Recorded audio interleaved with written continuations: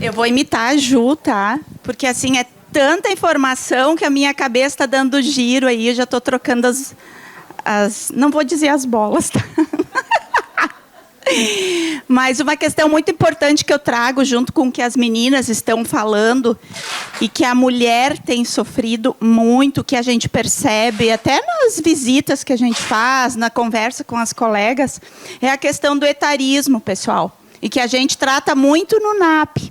Infelizmente, a gente percebe uma desvalorização da experiência de quem já trabalhou há mais tempo. E, infelizmente, até por colegas, parceiras, mas que eu sei que é uma questão muito cultural, que às vezes a gente repete, né? Aqueles atos masculinos, assim, desculpe os meninos aí, mas é a questão toda cultural, que eu digo é no todo, não é uma crítica, né? Mas que a gente tem visto muito hoje no judiciário também. Porque o nosso judiciário, meninas, ele é assim, ó, mais que 50% já são pessoas mais maduras.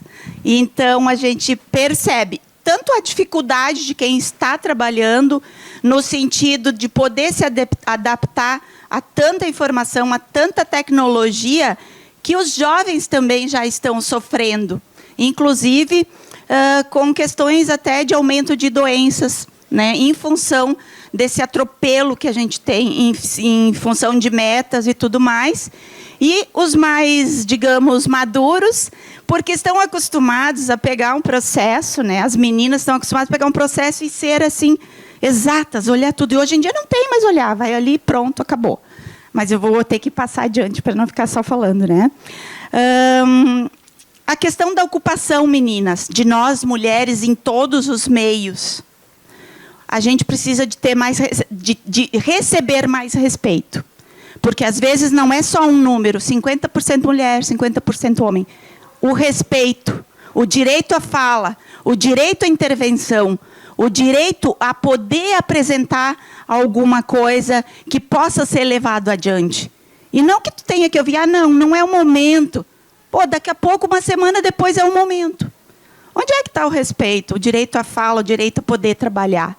Então, é uma questão muito ampla, de construção ainda, que, infelizmente, a gente ainda não viu um grande avanço. E são pequenos fatos que, às vezes, no geral, não se dá conta. As pessoas não se dão conta, às vezes os mais jovens, as meninas mais jovens, às vezes os homens, de que a gente precisa de espaço e de respeito, cada uma no seu momento, na sua forma e na sua possibilidade de poder construir. Porque cada uma de nós aqui tem uma maneira de construir e de fazer alguma coisa. Então, vamos pensar nisso também, certo? Obrigada, queridas.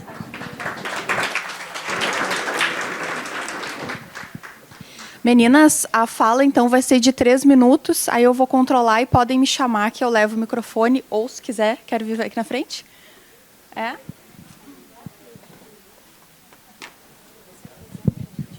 Tá. Bom dia, meu nome é Débora dos Santos. Hoje eu estou na assessoria da deputada Ednete Bispo. Eu venho agradecer, então, a fala de todas, em especial da Manuela, que trouxe aqui um pouco da história, que realmente, pelo racismo epistêmico, né, muita coisa não vem, não, a gente não consegue identificar, a gente não consegue prestigiar e incluir na história, porque essa classe dos índios, a classe das mulheres negras, também tiveram muita força para a construção da luta de hoje, que ainda é contínua e permanente, né? Então, eu venho só dar parabéns por esse espaço, que a gente tenha esses diálogos permanentes e com vitórias, né? Que a gente venha avançar mais espaços através do nosso diálogo coletivo.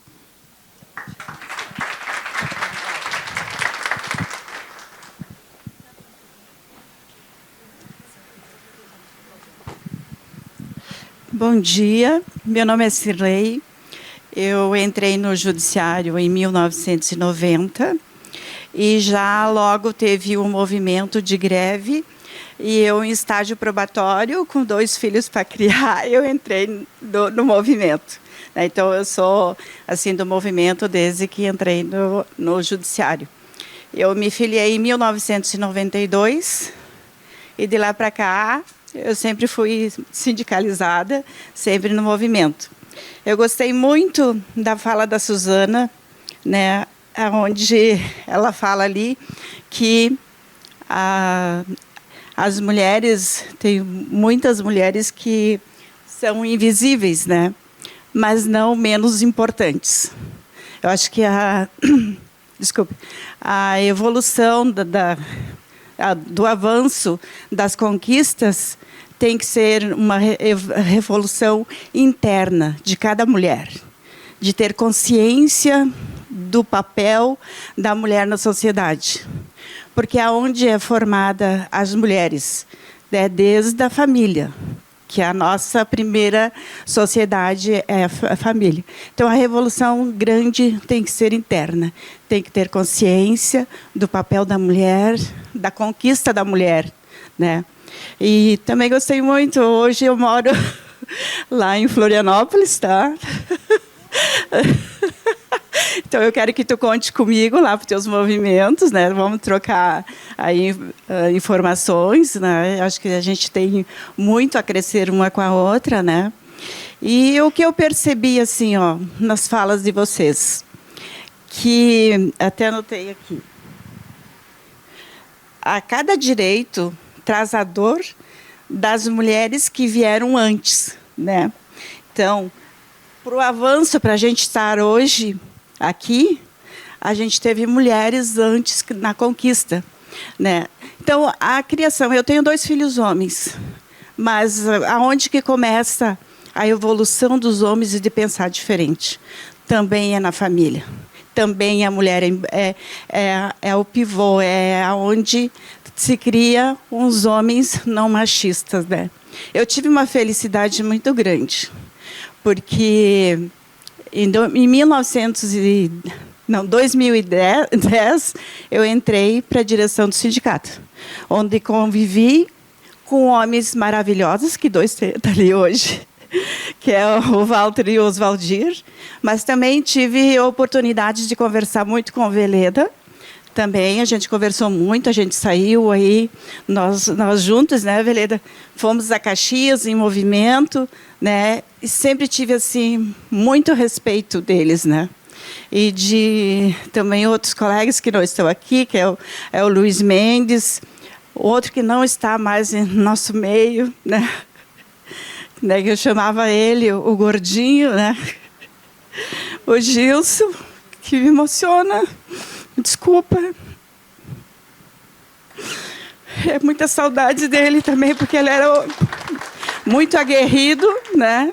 A Rosa também foi uma mulher que é ainda muito aguerrida, que faz parte da direção do sindicato, né? Então, é isso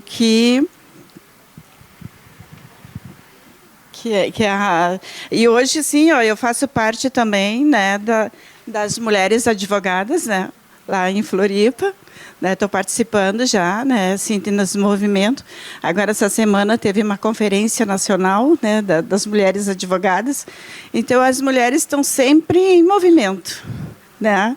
Sempre em movimento. E eu acho assim, importante de ter a consciência de que nós somos importantes, mesmo invisíveis, não menos importantes.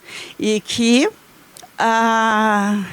faz parte de nós, parte de cada uma de nós, a consciência desde a criação dos nossos filhos, de criar uma sociedade mais humana, né? E como ela falou ali, que as mulheres eram demitidas por causa do direito da maternidade, mas agora tem outro direito, né? De ficar em casa no período menstrual. Isso também pesa, né? Isso também pesa. E é isso. Muito obrigada.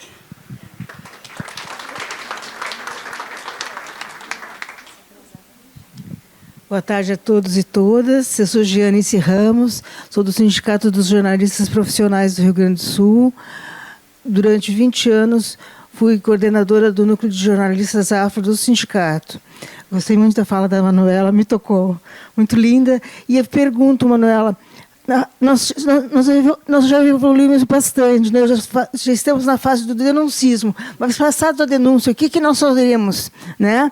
Que tipo de atitude devemos tomar? Porque agora a gente sabe que cada ato já não é, já existe uma transparência para aquele ato. Mas e o passo adiante, e a ajuda psicológica que deve ser feita, o aconselhamento mental que fica uma pessoa que foi injuriada racialmente, né? Então, no sindicato, a gente procura fazer esse acompanhamento da pessoa, mas nem é todo mundo que é ligado ao nosso sindicato. Nós sabemos que vários sindicatos não têm um núcleo afro, né? Não tem uma comunicação que é necessária, porque são peculiaridades, né? A mulher, principalmente, é muito assediada, porque isso é banal, é natural, entre aspas, né? Que ela seja assediada. Porque não foi sempre assim, por que mudou? Mas essa mulher também mudou. Ela não aceita mais esse assédio como uma coisa natural. E ela se rebela, mas ela tem que ter um apoio. E é isso que a gente procura dar lá no nosso sindicato. E fico perguntando, outros sindicatos fazem o mesmo?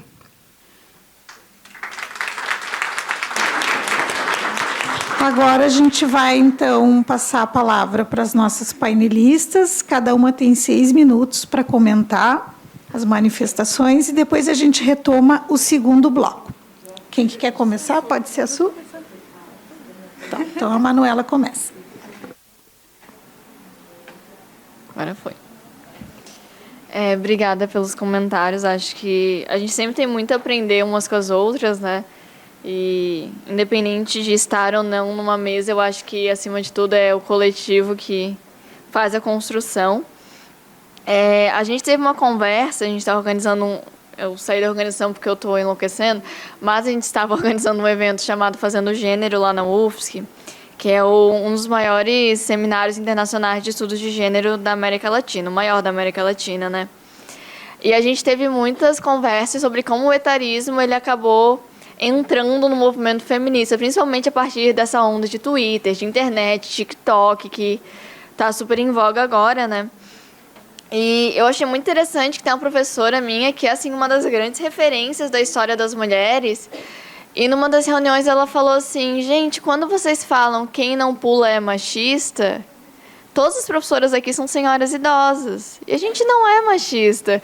Então, o quanto que a gente tem que repensar todas as nossas mobilizações, uso de redes sociais, uso de internet, porque até eu, assim, eu não sou uma pessoa que tem a maior facilidade do mundo com tecnologia, e eu vejo que cada vez que tem uma atualização, uma coisa nova, muitas pessoas acabam ficando de fora porque não tem essa educação para a tecnologia, né? E não deveria ser só nossa responsabilidade tudo isso.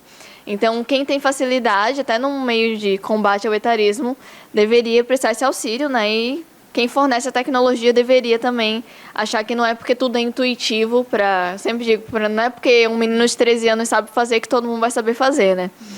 Então, prestar esse trabalho também que é importante. A questão do respeito ao direito de fala também, que eu anotei, acho que em todos os lugares. Essa mesma professora do etarismo estava contando de uma pesquisa que saiu faz muitos anos, né, de um pesquisador ali nas ciências sociais, uma pesquisadora, que falava que, em geral, os homens têm mais dificuldade em perceber que eles estão ficando surdos, porque eles costumam, juro, gente, porque eles costumam começar a perder a audição pelos agudos. E como eles não estão acostumados a dar visibilidade para ouvir mulheres, eles começam a perceber que eles estão ficando surdos quando eles começam a perder os graves, que já passou dos agudos. Então, gente, assim, ó, eu juro que é uma pesquisa realizada. Ela levou para a sala de aula com a referência, porque ninguém ia acreditar. Porque a gente tem essa cultura de não ouvir mulheres, né? Então, o quanto que... Pois é. O quanto que isso também vai influenciando até na forma como a gente se coloca enquanto sujeito social, né? E o quanto que a gente tem que repensar esse direito à fala, que é um direito que tem que ser conquistado, né? É a questão do racismo epistêmico, do memoricídio, né? Acho que o termo memoricídio ele surgiu nos últimos anos de maneira muito interessante, que é o assassinato de memórias de minorias políticas. Então, não ter documentos, não ter narrativas. Acho que a gente tem que falar mais sobre memoricídio. Tem um livro que é o Memorial do Memoricídio, que é sobre mulheres na literatura, mas que traz Antonieta de Barros, Carolina Maria de Jesus, outras mulheres importantes. Então, fazer esse trabalho consciente de combate.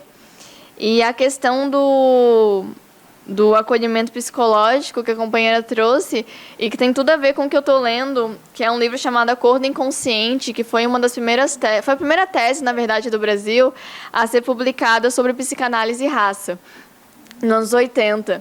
E ela saiu em livro em 2021, acho que foi. E ela fala que o inconsciente não tem cor, mas o inconsciente é moldado pela maneira como a gente vai vivendo as relações sociais, né? A gente se encontra no coletivo ou não se encontra em coletivo de representações.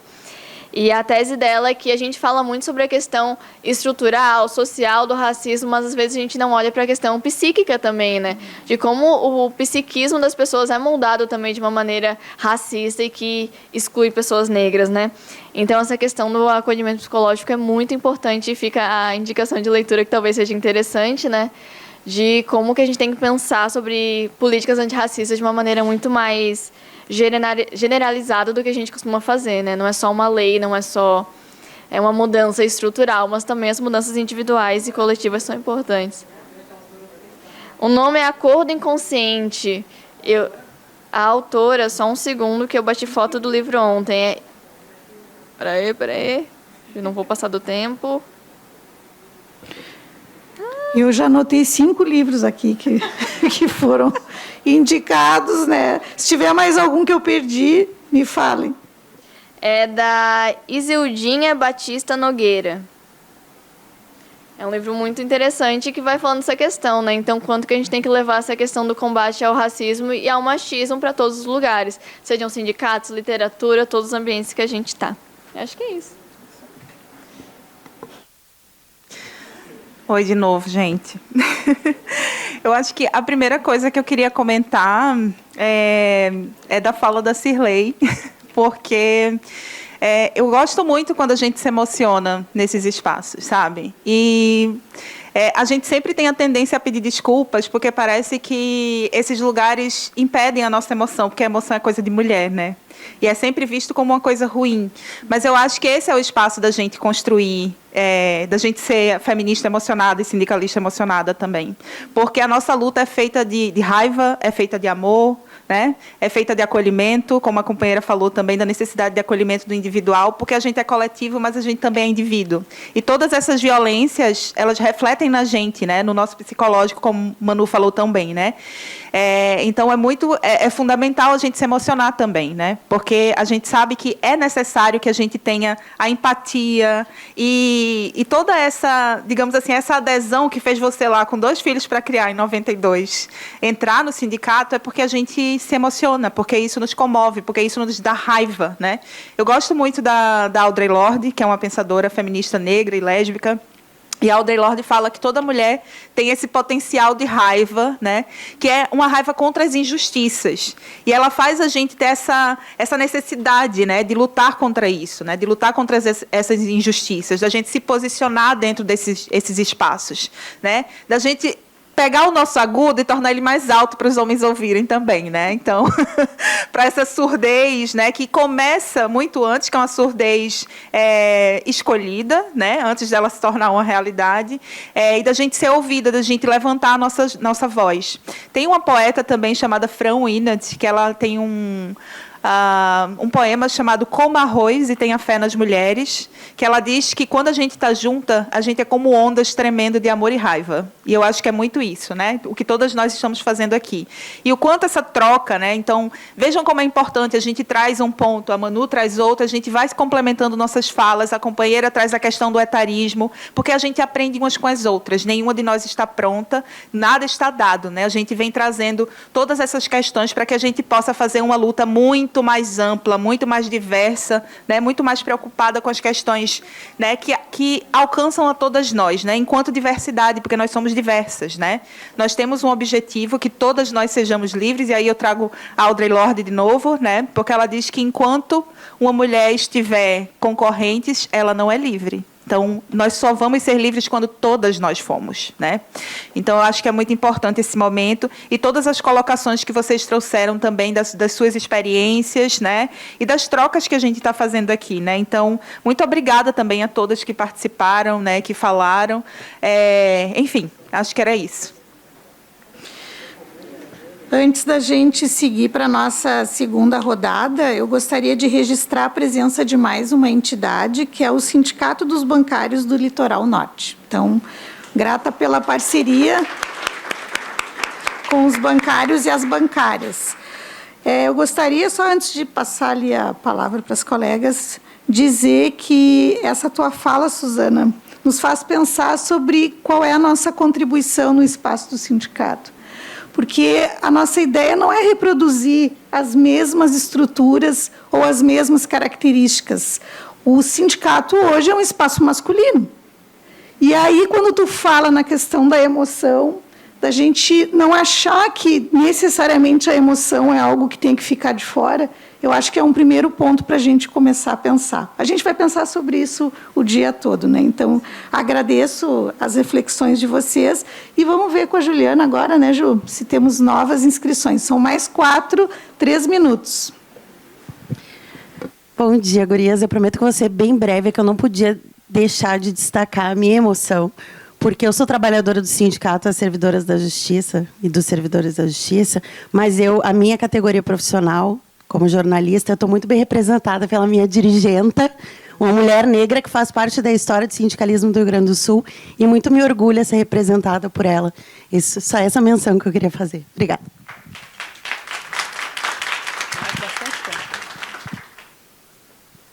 Mais alguém, meninas?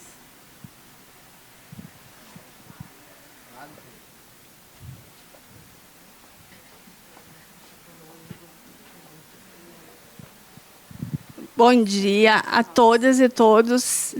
Meu nome é Rose e eu já fiz parte da direção do sindicato.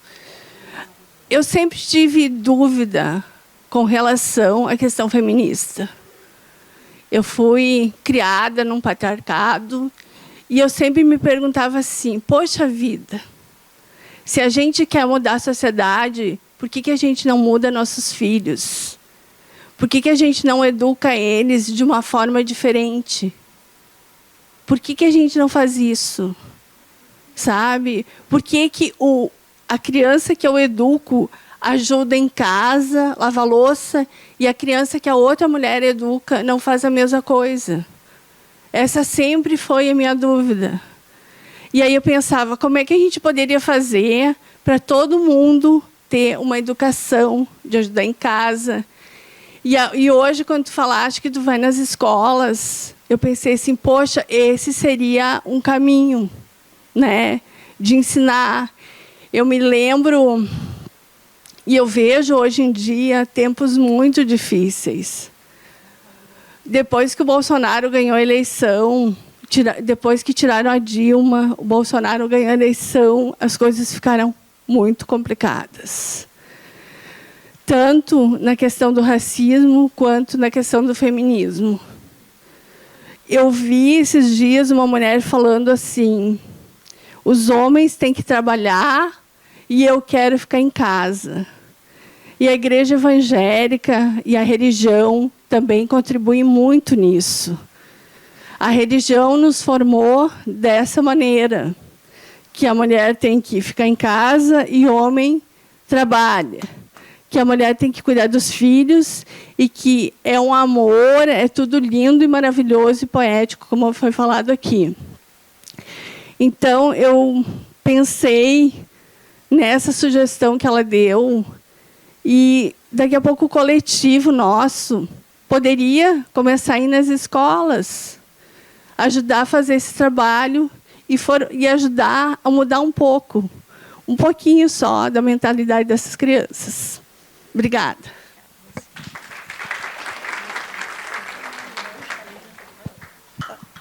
terminar. Se apresenta para nós. Bom dia, eu sou Angelita Camargo, assistente social no Tribunal de Justiça, membra do GETAS, que é o Grupo de Trabalho de Assistentes Sociais no Sindijus, e estar aqui mais um ano, né, poder aprender tanto, poder ver assim, o quanto a nossa cultura nos fez ignorantes, né, o quanto é muito rico estar. E também, a partir do golpe contra Dilma, a eleição do Bolsonaro, o quanto foi necessário a gente poder se mobilizar e a gente poder resistir. E a minha pergunta, e acho que a gente vai formando esse coletivo, porque...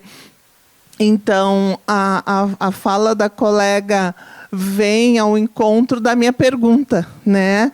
Que é, com o avanço da extrema-direita e das igrejas neopentecostais, quais estratégias podemos ter para não recuarmos em nossos direitos? Então, pensar nessas estratégias, cada vez mais a gente se vê...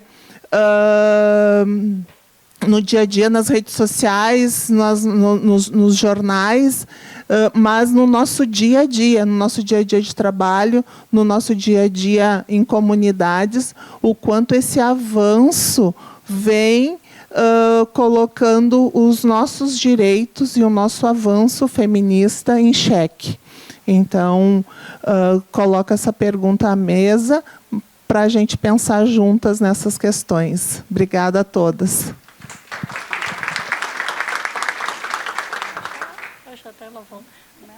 Oi. Bom dia a todos. Meu nome é Olívia. Eu só queria complementar a fala da Rose, que ela falou porque que a gente, nas casas, a gente não ensina ou não ser machista. Mas eu confesso que eu sou contra totalmente discriminação de qualquer jeito, mas eu criei meus filhos machão. Né? E eu acho que a maioria das pessoas mais velhas criaram machismo em casa. Porque eu nunca pedi... Daí a minha filha, quando cresceu, ela disse: mãe, por que a senhora só pede para mim lavar louça e por que a senhora não pede para eles? A senhora fala tanto em diferença e você está fazendo aqui em casa. Daí eu me dei conta, daí comecei, mas... É muito difícil para a gente mudar o que a gente aprendeu. Eu sempre vi, o pai não fazia nada, meu marido não fazia bosta nenhuma dentro de casa. Né? Graças a Deus, agora eu arrumei um companheiro que faz tudo, eu que fico na boa. Né? Então, mas assim, eu sei que eu errei, eu dou graças a Deus, sempre agradeço a minhas noras por ensinarem eles a fazer, agora eles fazem tudo dentro de casa, os dois, filho e homem. Né? E eles ficam muito bravos comigo. Mãe, a senhora para de encher o saco. Eu faço tudo, eu lavo a louça, eu faço arroz. Mas geralmente eles continuam no íntimo com, né, um instinto machista. Né? Então eu penso assim, eu criei os meus filhos ruins, assim, nesse sentido, mas eles são belíssimos, adoro eles e amo demais. Mas agora eu estou tentando nas minhas netas. Para minhas netas eu não dou boneca de presente. Eu dou carro, porque elas também são grandes, não precisa. Para que só boneca? Odeio a foto das minhas netas quando ela foi lá todos os meses. Tira um de avental e toca. Para que ensinar a menina só a fazer serviço de casa? Mas a gente, então, vou tentando melhorar com os netos. E eu acho que é um exemplo para todo mundo, né? De repente, criar menos machismo dentro de casa com os netos, já que eu não pude fazer com os filhos. Mas é uma maneira, acho que é dentro de casa que saem os mais machistas, ou né, que nós temos que defender mais as feministas, né, as mulheres. Maravilhosa. Obrigada.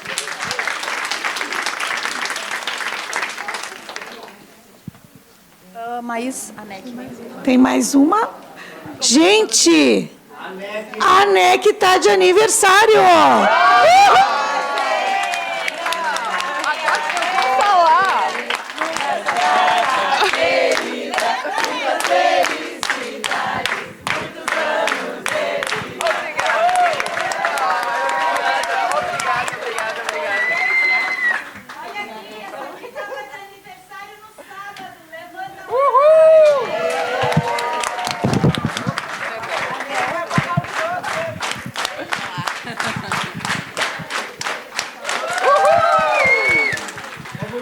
Obrigada a todos, então, foi maravilhoso. Obrigada.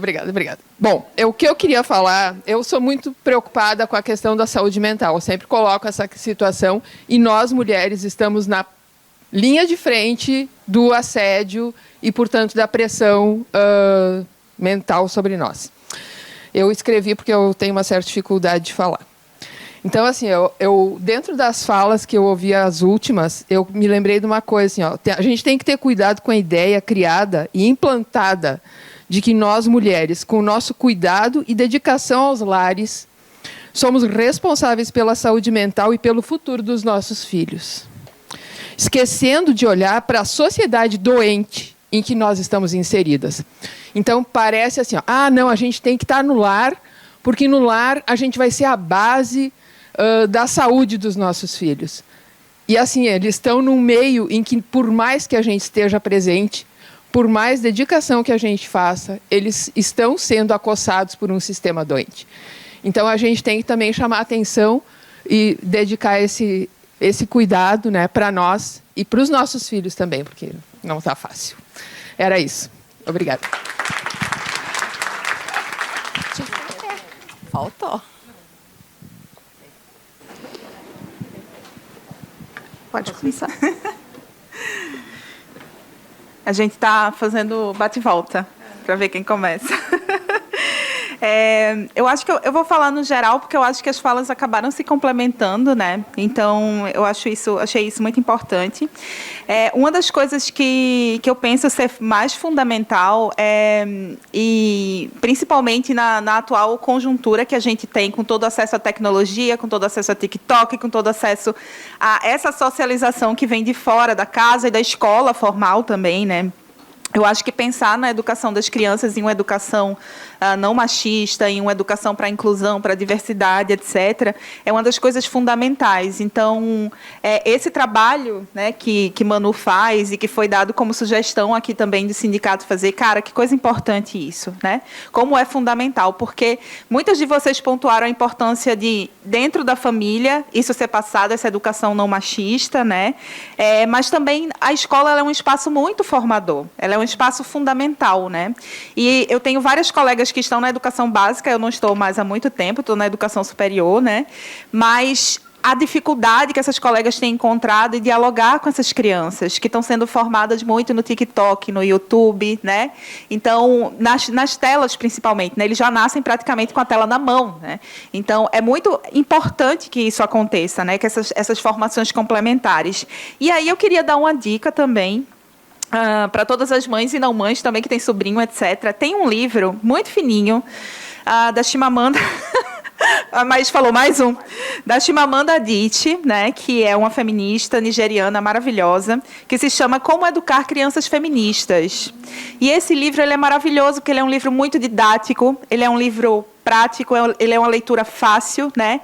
E ele dá para a gente essas ferramentas, porque a gente tem que se formar para que a gente possa formar também, né?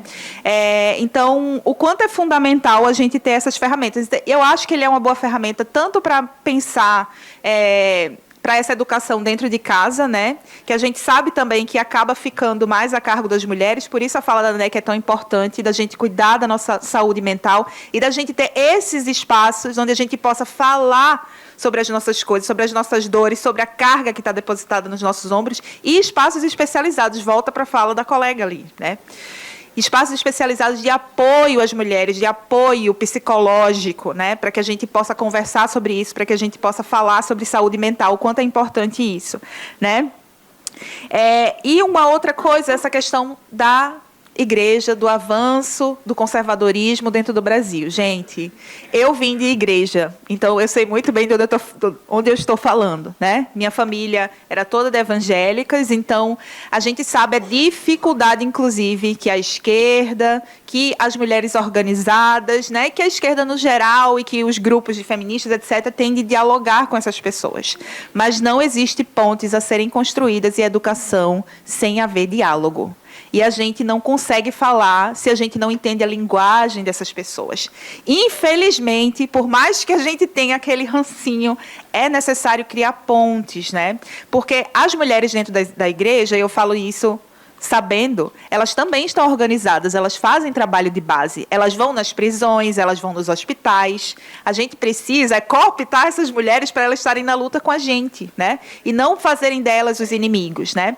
Porque, na verdade, é desinformação, é alienação que existe lá dentro, porque elas estão sendo levadas pelos pastores, etc., mesmo porque as igrejas são muito espertas. Elas entram onde falta o auxílio do Estado, onde falta estrutura, e aí estão fazendo trabalhos, né, anti-drogas dentro da comunidade, né, dando cestas básicas, etc. Então, a igreja está chegando e ela consegue cooptar essas pessoas justamente por esse auxílio que elas vão estar dando, né? Então, é necessário que a gente pense estratégias também, assim como pensar estratégias, né, para a criação dos filhos. Eu achei muito interessante a fala dela também, né? Eu já vou atropelando, mas eu acho que tudo tem relação.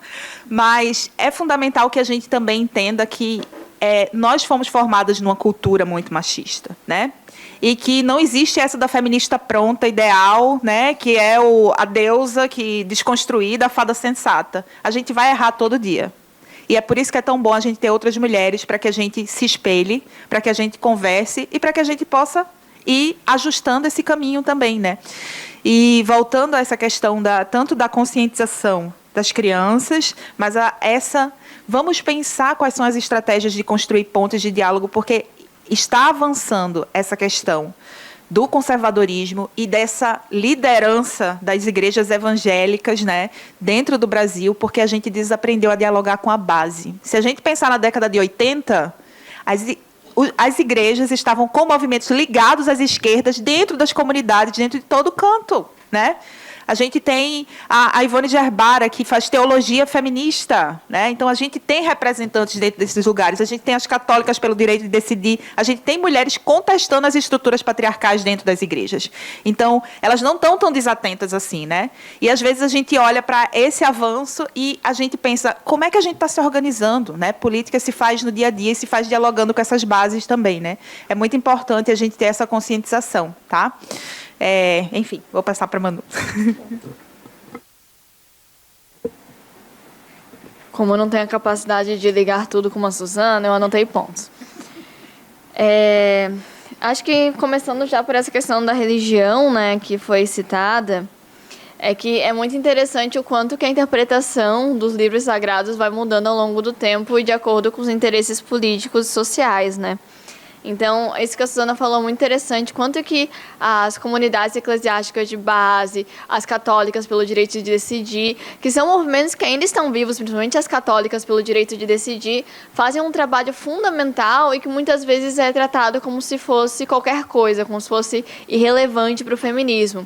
Porque eu acho que a gente está num mundo que a gente está tendo dois extremos muito grandes, né? Essa questão do conservadorismo, de igrejas que não querem se envolver ideologicamente com o movimento social, mas também, por outro lado, a gente vê as crianças no TikTok aprendendo que neoliberalismo é empoderamento, né? Então, que se você mostra o seu corpo e vende o corpo e faz qualquer coisa com o corpo, necessariamente você é feminista. E não é assim, gente. Se a gente não está olhando para a questão política, para a questão de comunidade, esse feminismo não leva a lugar nenhum, né? Então, acho que da mesma forma que a gente tem que pensar em como dialogar e perder o ranço das igrejas, que é algo que a Suzana falou que é muito importante, porque, querendo ou não, onde o Estado não chega, a igreja chega. Então, se a igreja está chegando, talvez seja interessante a gente olhar para nós, enquanto esquerda, e pensar, nossa, onde é que a gente está falhando nesse sentido também? E pensar em quem que a gente elege, porque não adianta eleger um presidente que nos representa e uma série de deputados e senadores que não fazem o mesmo, né? Enfim, mas também pensar o quanto que a gente tem que se aliar a esses grupos. Eu gosto de falar que em Florianópolis teve por muito tempo a Marcha das Vadias, que foi um movimento que incluía vários coletivos relevantes, mas também tinha toda uma lógica de provocação da igreja que, no contexto político, não era interessante. Então, fazer beijaço gay na frente da igreja católica. Gente, assim, ó, eu moro com a minha namorada. Eu sei que eu tenho que dialogar com a Igreja Católica se eu quero pensar feminismo. Eu sei que eu tenho que dialogar com a Igreja Evangélica. Porque, ao mesmo tempo que a gente está provocando eles, eu tenho um tio que é pastor e que bate na esposa. E ela não vai denunciar porque a igreja não permite. Então, até onde essas provocações entre feminismo e religião, que são feitas de maneira não organizada, acabam fazendo com que essas mulheres que são inseridas nessas religiões fiquem sozinhas. e tenham que entender as suas lutas de maneira completamente individualizada e sem apoio, né? Então, acho que essa questão que a Suzana trouxe do apoio a esses movimentos progressistas dentro da igreja é fundamental e precisa ressurgir urgentemente. Também pensando a questão da educação como estratégia, né? Quando eu faço palestra em escola é sempre uma loucura, né? Porque é do sexto ao terceirão. Então, tem várias interpretações, várias maneiras de lidar com aquilo que está sendo posto. Mas eu fico pensando, quando eu levo a Lei Maria da Penha para crianças de 13 anos, adolescentes de 13 anos conhecerem, muitas vezes eles vão olhar e vão ver a mãe deles representada lá. E, às vezes, ela não saiu daquela situação porque ela não sabe nem os direitos que ela tem, aquilo que pode trazer de auxílio para ela. Então, realmente, pensar essa questão da educação e já ligando com a questão das mães, não só como uma responsabilidade das mães, também das mães, também das genitoras e dos genitores, mas algo coletivo, algo na nossa sociedade, é fundamental para que a gente possa pensar uma sociedade mais humana, como foi falado, né? E aí, só finalizando, falando da questão da carga mental e da responsabilidade, a Suzana falou sobre o livro da Chimamanda. E o livro da Chimamanda é maravilhoso, ela tem outros livros maravilhosos sobre como que a gente pode colocar o feminismo no nosso dia a dia, mas também ter um pouquinho de autocuidado. Acho que a gente tem que equilibrar muito essas duas coisas. Porque se a gente se hiperresponsabiliza por uma mudança social, a gente acaba ignorando outros atores que deveriam fazer parte dessa mudança e não fazem, né? Então, as mulheres, elas fazem parte ativamente da educação das crianças, da sua comunidade, isso é muito comum, a gente tem uma cultura que estimula essa responsabilização, mas que talvez, se a gente tivesse outros agentes, pais, avós, outros homens participando dessa criação de crianças e de cidadãos do futuro, seria mais fácil para a gente ter menos carga mental, né? Então, chamar também para a militância. E, por fim, falando também da saúde mental e do neoliberalismo, porque cada vez mais a gente vê esse neoliberalismo que vai nos sugando, que vai nos tirando direitos, e a gente vê bem a questão da Beauvoir, que cada crise política, algum direito nosso é tirado, e quando direitos nossos são tirados, não é só uma coisa escrita, uma abstração. É uma mudança significativa na realidade material das mulheres, né? Então, o quanto pensar em maneiras de exercer coletivos, de sindicalizar, de pensar também sobre comunidade, é uma maneira da gente promover saúde mental. Porque a partir do momento que a gente ocupa cargos políticos, a gente pode pensar em maneiras também de construir políticas de saúde mental. Em Florianópolis, eu juro que eu vou terminar daqui a pouquinho. Em Florianópolis, a gente está tendo uma questão muito problemática de internação compulsória de pessoas em situação de rua. E a minha mãe foi dar uma fala sobre isso, que ela é do Conselho de Psicologia, e ela falou uma coisa que eu não tinha me atentado. E, gente, estou estudando feminismo faz tempo. Que ela falou, historicamente, e a gente olha para a história da psicanálise e de outras questões da psicologia, quem é tratado como histérica e quem é tratada como louca são as mulheres. E enquanto a gente está falando, claro, da população de rua, que vai ser a primeira afetada, e que em Florianópolis a maioria são homens, num segundo momento, se essas pessoas estão sendo internadas compulsoriamente, são as mulheres as segundas vítimas. Então, falar de despatologizar nossa raiva, os nossos sentimentos, é fundamental para que essas políticas de destruição de direitos não cheguem na gente da mesma forma como eles querem, não sejam um veículo de silenciamento da nossa história e das nossas lutas. Então, acho que tudo isso tem muito a ver com educação, com sindicalismo, com combate ao neoliberalismo e, principalmente, com responsabilizações que não são individuais, mas coletivas. Acho que é isso.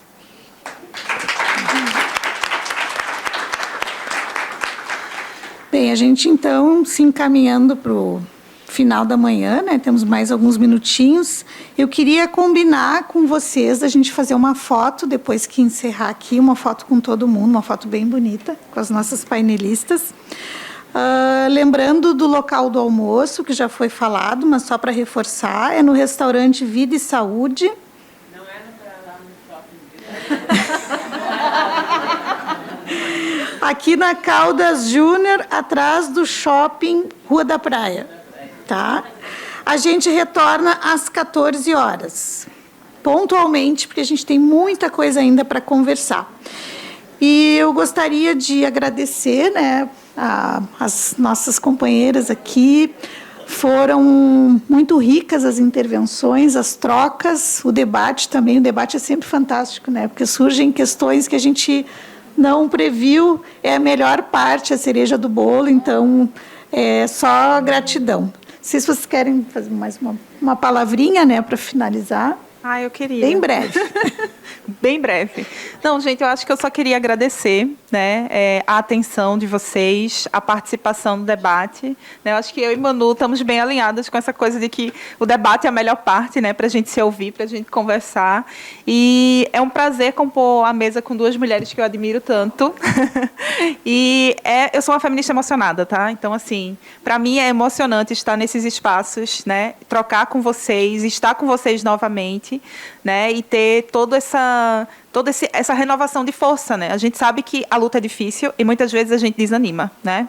Então, a saúde mental e tantas coisas, inclusive no final de janeiro eu estava bem abatida, assim, né? A saúde mental e, assim, estar nesse espaço me dá esperança, me dá força. Então, muito obrigada.